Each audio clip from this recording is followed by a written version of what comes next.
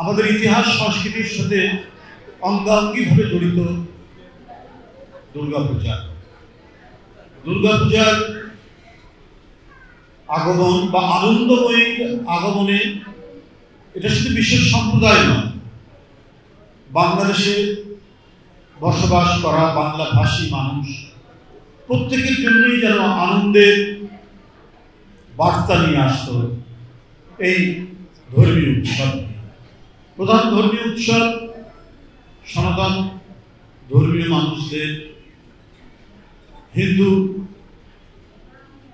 ধর্মাবলম্বী মানুষদের, কিন্তু এটা একটা সাম্প্রদায়িক সীমানার মধ্যে আবদ্ধ থাকে না। এটি সীমানা অতিক্রম করে এই ভৌগোলিক সীমানার মধ্যে যারা বসবাস করেন তাদের মধ্যে ছড়িয়ে পড়ে আনন্দের বার্তা। আর যে কোনো উৎসবই মিলনের বার্তা দেয়, ভ্রাতৃত্বের বার্তা দেয়, শুভেচ্ছার বার্তা দেয়।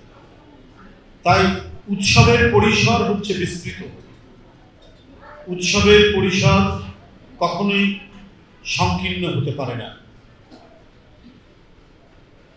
আমরা আমাদের এলাকায়, গ্রামে বা পাড়ায় এই দুর্গাপূজায় যে মেলা বসত, দুর্গাপূজাকে কেন্দ্র করে যে সমস্ত ঢোল বাদ্য বাজত, সবই আমাদের মনকে নাড়া দিত, আমাদেরকে বিহ্বল করত। এবং বিসর্জনের দিনে বেদনার যে আবহ তৈরি হয়, এটা যেন গোটা জাতির উপরেই এই বেদনাবোধ, এই শোক বিস্তার লাভ করত।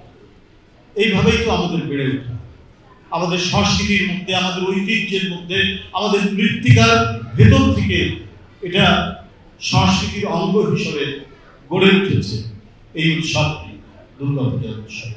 তাই এই যে মিলনের, ভ্রাতৃত্বের, সম্প্রীতি, এই বন্ধনকে নানা কারণে, নানা রাজনৈতিক কারণে বিভাজন করার চেষ্টা করা হয়েছে।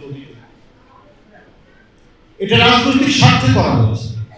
ওরা এবং আমরা, এই ওরা এবং আমরা করে আমাদের দীর্ঘদিনের যে প্রীতি, আমাদের দীর্ঘদিনের যে সম্প্রীতি এবং অটুট বন্ধনকে ভেঙে ফেলার চেষ্টা করেছে, যেটা জয়দেব কিছুক্ষণ আগে বলেছে। অন্য কোনো কারণ নাই, একেবারেই রাজনৈতিক কারণে। এখানে হিন্দু ধর্মাবলম্বী যারা মানুষ তারা আমাদের, কই আজকে তো সেই পরিস্থিতি নেই। আজকে তো প্রত্যেকেই আমরা প্রত্যেকের সাথে কথা বলছি, আনন্দে মিলিত হচ্ছি, উৎসব পার্বণে আমরা অংশগ্রহণ করছি। আবার ভোটের কথা বলছে, এটা বিস্ময়কর। জগন্নাথ হল ছাত্রদলকে ভোট দিচ্ছে। জগন্নাথ হলের ছাত্ররা ভোট দিচ্ছে ছাত্রদলকে। সারা বিশ্ববিদ্যালয়ে বিএনপির ছাত্রদল জিতে গিয়ে ভোট দিয়ে অনেক কথা আছে, বিতর্ক আছে, তারপরেও ধরে নিলাম ভোট হয়েছে। একটা হালি পেয়েছে, ভিপি পেয়েছে, কয়েকটা পদে পেয়েছে।